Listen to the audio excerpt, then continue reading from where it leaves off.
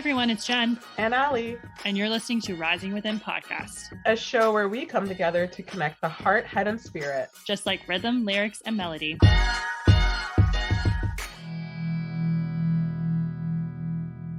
All these ties, and I feel like between you and I, like we could hash it out and talk a little bit more about soul contracts, past life soulmates, karmic soulmates, twin flames, which is oversaturated, kindred spirits, just to like give a brief synopsis of each of these, and then you can maybe add with your guides being like, yeah. Well, a lot of the terms you just put out could be and are used interchangeably as well. I'm like, I must define and have some sort of concrete understanding. And they're like, stop controlling the situation and go with the flow. Yeah, you've really like drilled down and carved out. And for me, it's all much more fluid, which is why it'll be great conversation. Because to me, I'm like, yeah, those things exist, but like, how much should we actually pay attention to them and have them in our minds constantly? No, I think that's a really good point. What happens with me with romantic partners, essentially, when someone comes into my orbit, what kind of contract do we have here? I'm going to see how this plays out. I know that some people come to teach us things, and sometimes they're not the most fun lessons, but I do have that sensibility. Just because our energy is very strong and palpable doesn't always mean to me that be together. I agree with that wholeheartedly. But what I would say in my own personal experience is that I don't know that I experience a lot of people in my contracts per se, so much as the need to provide service. And so I find that I can discover things within my contracts that are more based on my own values, morals, not interacted a lot, where I'm looking at the person I'm with and I'm like, yeah, you're a soulmate. Even in the position that I'm in, doing the work that I do within spirit and connecting with spirit so constantly, I don't know that I've had that feeling beyond a shadow of a doubt that I've connected to romantically. I've had those feelings with people that I would term more so soul family. So then do you feel like sometimes the people that you have interacted with in this lifetime maybe felt that at least there was a reason you guys came together? I think I've been in the position of soul teacher an awful lot. And I think if there is a karmic tie, I always get a sense of a newer soul from my contracts. And I've always followed my muggle, mundane, human heart feeling because I can't get so macro about all of this because there's a purpose to this journey here. And there's a purpose to me being Allison. I mean, there are certain things I'm meant to learn, and maybe that requires more of the micro and being present and in the moment, and less of the macro of like checking it all through my soul contracts and checking it all through my past lifetimes. My spirit guides are laughing with me and shaking their heads. What they choose to take away from an interaction with you and an experience with you is for them to learn. I feel like I have in the past always on a romantic level pursued students and not necessarily someone that's, on my level. Well, it's interesting you say that because I mean, I feel that from my own personal experience, the men that have come into my life wasn't just like a random person. I think for me, that's why it's helpful to understand the different terminologies because it helps me put it into perspective. I do get a little triggered by the twin flame word, right? Because I don't believe just because someone is my twin flame that I'm predestined to be with them. In my own personal relationship with spirit, I've been delivered a completely different definition of twin flame, and I haven't shared it and I haven't put it out there, but quite frankly, I feel very strongly, and I'm still receiving it within spirit, that we are not meant to coexist with our twin flame on this realm of existence, in this plane of existence. It's just not meant to happen. It's not a thing for this sandbox, because this sandbox can only accomplish so much energetically. We are very limited, and our hands are so tied as human beings. And there's only so much we can tap into and tune into spiritually. And there's only so much that we can understand. To me, the concept of twin flame has always been so big in a sense and so expansive in a sense that it just never, in spirit, I can connect at any point with my twin flame. I don't know whether that's true for anyone else in their journey, but if I want to connect with my twin flame, I can absolutely channel them exactly like I would a spirit guide, an ancestor, very strong feeling that they are not coexisting with me. within this dimension, within this space of reality. So that's interesting you say that, because you're the second person who said to me that their twin flame was a part of their like guide team. There are certain people that feel they've had a different experience. I think both could be true personally. I don't know enough. I'm just going off of what my experience is. I have had someone in my life where I look at them, you remind me of a older version of myself. Immediately when you were saying that, I was like, well, we sprinkle pieces of ourselves like breadcrumbs throughout our journeys and throughout our lifetimes and throughout. I think you literally met a piece of yourself, because as you were talking, I was like, no, that was a piece of you. That was a piece of your soul. And who knows how it doesn't feel like it's a bad thing that you encountered a piece of your soul, because we can talk about like fragmented souls and broken souls, and that can be not a great thing.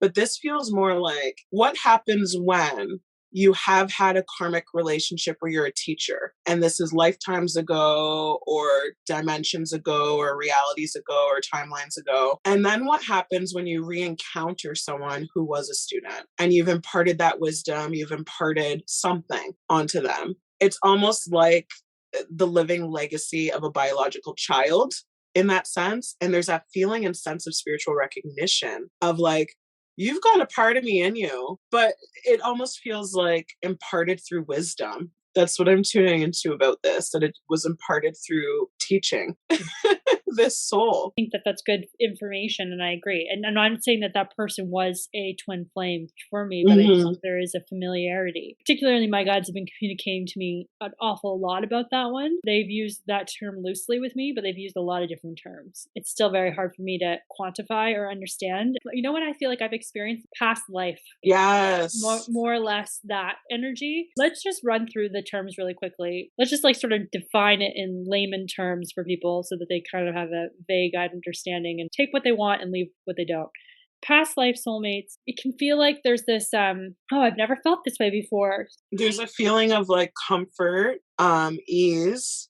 Communication can be a lot easier with someone where there's past lifetimes, or not, depending on what those past lifetimes were like. Right? However, you seem to skip steps in some regard, but there's a quickness and magnetism on some level. Once you skip steps with a person, that's usually your first indicator. So if there's pre-existing foundation on any level, that's more so past lifetime, because it's not your first rodeo or time around the block. Yeah, and just to say, like, it doesn't necessarily mean that you're supposed to be with this person either, romantically or otherwise in this lifetime. You're supposed to judge it by who you both are today and how you treat each other now. It allows opportunity to pose internal questions. If I've encountered this soul or this person before, why am I encountering them again? Right. How many times have we intersected? How many times have we come to a crossroads?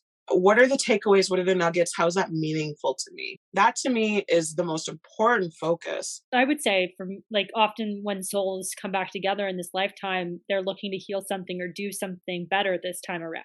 I think my favorite / not favorite is Karmic. Karmic is spicy. It's spicy, guys. It's so spicy. So like the karmic connections are sometimes like the wrecking ball soulmates in some respect. Because like I want to say soulmates, we're all soulmates, right? Like in some way, because we're all souls inside this body. But so karmic soulmates, thinking of it like karma is good or bad, or a system of punishment or reward, think of it merely of energy of cause and effect. If there's an action, there's some sort of reaction, or with energy input, there needs to be output. That's the way that I think about karma. Not term karma in terms of like good and bad. Yeah. No, so, because we create karma with other people all the time, like even through small significant interactions. Like every interaction with another person creates an energy that turns into karma. Visually for me, karma is almost like when I consider concepts like the butterfly effect. Ooh, good movie. Good movie. I feel that through karmic soul relationships, there's a lot more potential for growth and expansion and ascension. And that's why I always think about it as like alchemy, a chemical reaction, a catalyst. Totally. Because karma is like I feel like personally the relationship that helps you grow and evolve, like you said, and like keep in mind like our Mhm. souls crave new experiences and growth and evolution. So that wrecking ball karmic relationship likes to come in. That's the roller coaster one I had. Like I would say, oh, we had some karma we needed to Oh fix. yeah, I would consider my long-term ex, the one that I was like, yeah, we weren't soulmates. I would consider them karmic for me. Absolutely. You know when it's a karmic relationship. This is kind of my like why you oughta with karmic, okay? Is because like karmic is a catalyst, karmic is about change. Karmic is about tower moments, okay? And like either you're okay with tower moments or you're not, but we're never generally okay with them while they're happening. The relationship itself is not meant to ascend. I meant to ascend through what I learned through that karmic relationship. And that's the difference that I feel there. And I think some people can make the mistake of assuming a karmic situation is like, well, then we're just meant to be together, whether it's romantic or family or no, a karmic situation is a chemical reaction. It's an experiment. It is a what is the hypothesis? What is the thesis? What are the experiments you're doing? What were the results and the analyticals based off of what just happened? Oh my god. Okay, Thank but you. Yeah. you are the scientist creating that cosmic karmic report of what's just happened, and you either take away something gained or learned through that experience or you don't. Totally. It's funny because, like, obviously, I've experienced it. I've been the friend listening to the friend experience it. My advice is always just stay true to you. Go into the situation figuring out what you can learn from it. That's why karmic, I said, is like my favorite and my least favorite because it's hard and when you're in it and you get your world gets rocked. But at the same time, it's made me level up so much. Karmic relationships are my best teachers. So, who is your best teacher? My most recent best teacher was my ex. I suppose I learned most what it is to choose myself because I lost every sense of self. I'm only just now coming back to myself and rediscovering pieces and parts of myself that have always been there, but that I had completely forgotten about. I learned so much of what not to do, what not to settle for. Not necessarily the best experience, which is why I mean, that's what karmic is. Mine was that roller coaster of a ride. I've never been so, I would say, well, there you go, toxically addicted to somebody, at the same time not getting anything. It was all encompassing and all consuming. There was a lot of codependency in mine. Was there codependency in yours? Yes, I think I would say in that little hot moment. It's funny, I don't even recognize myself in that part, and I think I needed to go through that relationship because I had bear witnessed a lot of people go through it, and I never understood it. Like, I never understood it Mhm. because I was like I would always be like, "But dude, like, the writing's on the wall. Like, I don't get why you're so magnetized towards this person that's clearly not healthy for you." And so I had never had my own experience. And I can now look at it being like, it's like, girl, don't go down to the basement. And they're like, I'm gonna go down, like it's kind of like it was definitely like that. I'm going to throw in the word manipulation as well, because it feels like in a lot of karmic situations, there's at least one person in the dynamic that's an instigator, a manipulator, a finesser, someone who is in more control of what's happening, the pinpoint of that cause and effect that we keep describing. But I want to put in to say that I don't want to put all the onus on him because No, no, no. I brought out my own side of myself that embodied some of the qualities you're talking about that I Hmm. wasn't didn't love about myself. Like I brought Hmm. out a side of me. And that's what I find with karmic too, is that you end up becoming introduced to a version of yourself that it's like, whoa, where did you come from? Who are you? Like, WTF is going on? Because with the long term acts, there was a version of myself that emerged that was just like this wilting, simpering flower of a woman that felt so incapable of all things. So what's interesting about what you just said about the wilting flower, that's a side of you that came out. For me with this dynamic, it was like, I have a bigger dick than you do. Don't fuck with me. And so it was Oh, it was not oh. no, but it I go into my deep masculine energy when I don't feel safe. So when I first Mm. walked into this place, I felt like I was walking into the lion's den. It felt like we were competing. That was the energy exchange. I'm not really that competitive. No, I recognize this because I feel like I've been competing against every karmic too that's romantic. I'm someone where, and this might be my placements. Okay. So let's go back to astrology for a second. This may just come down to the fact that my sun sign, my moon sign, and I've got quite a bit of Cancer and water in my chart.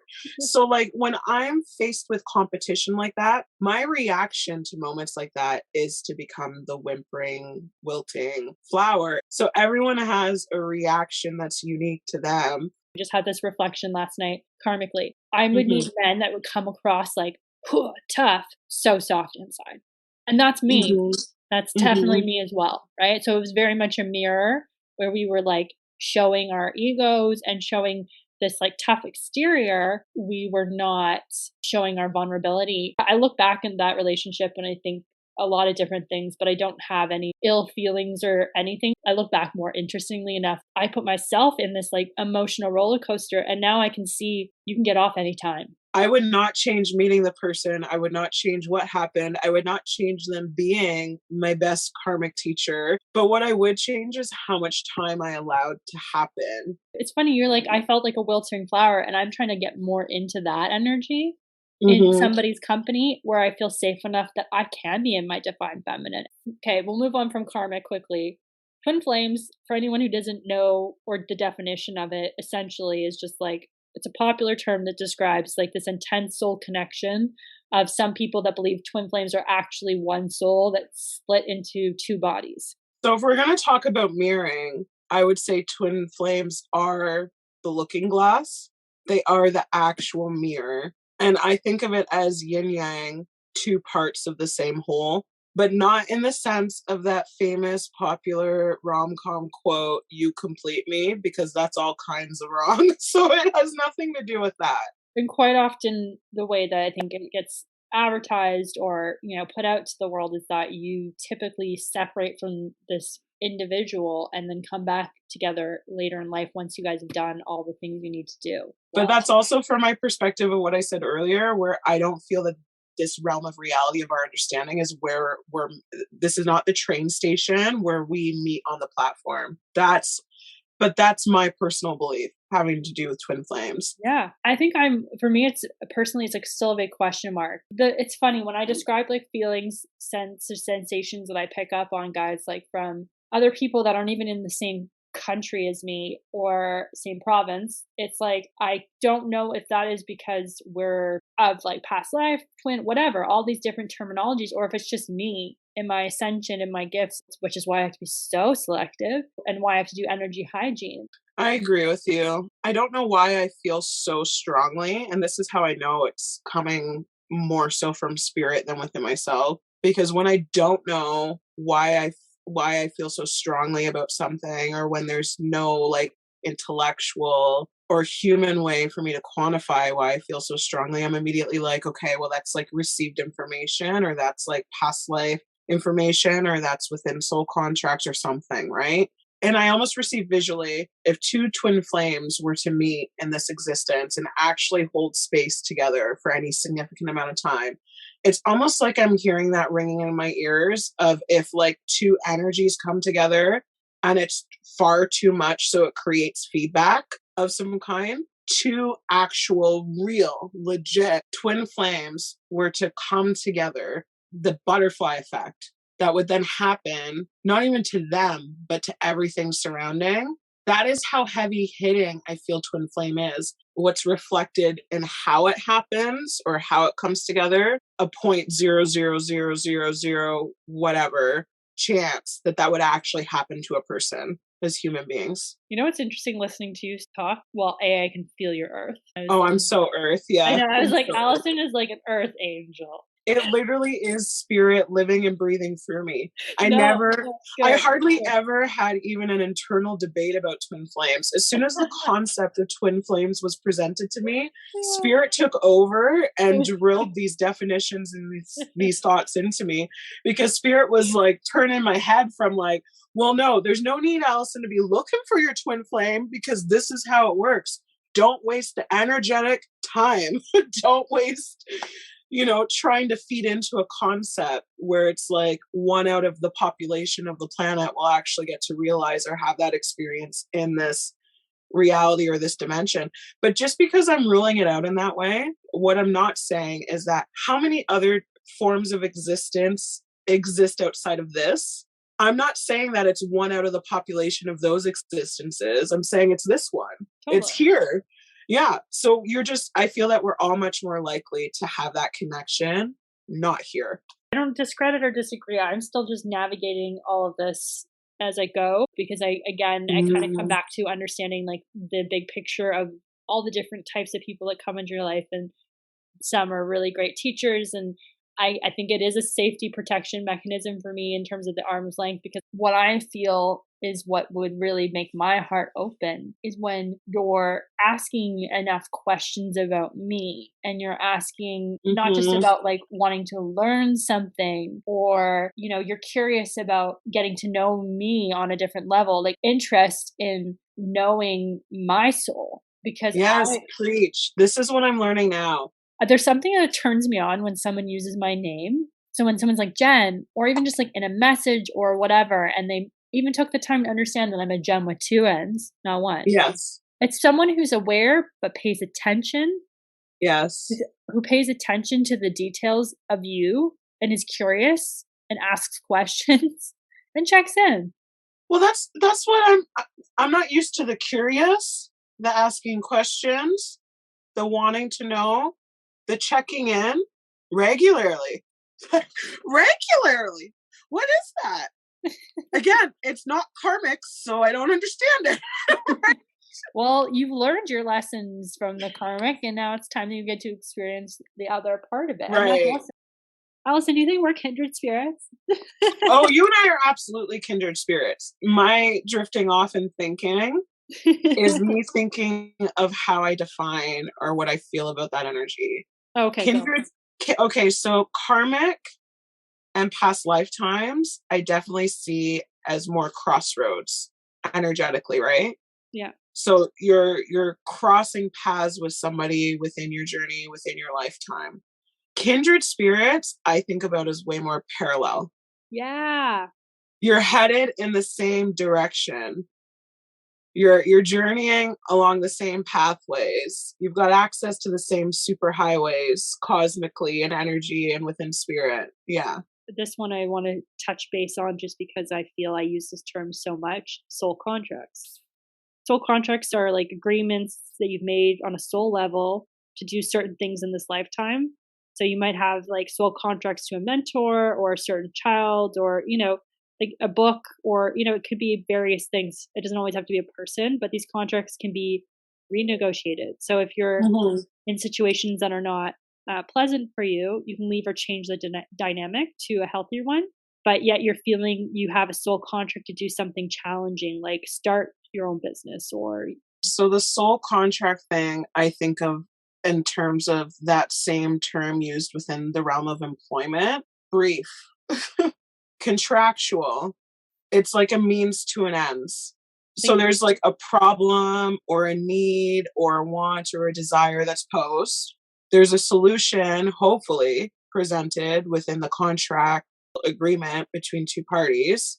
And when I say understanding, I mean perhaps it's an understanding that something's not meant to be realized or not meant to happen, right? So it's not necessarily that something positive happens, but then it's done and it's over. It's like comparing karmic to war and peace. I like the way you said that. I would probably add that it's about like learning to follow your intuition.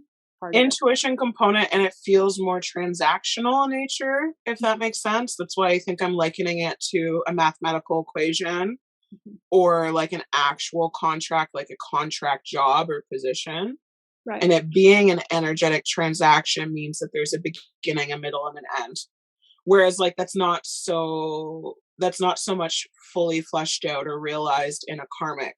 Or like the necklace that's tangled that you can't untie. You're like, God damn it, how much more time do I have to spend trying to like, this is my favorite necklace. I want to like, wear it. Right? That's karmic. And then it's like, totally but karmic. do I need this necklace? I'm trying to, I want to wear this necklace, but it's like tangles, and or like when you throw your headphones in like your pocket, and it's just like, oh my god. Right. Never occurs to you to just buy new headphones.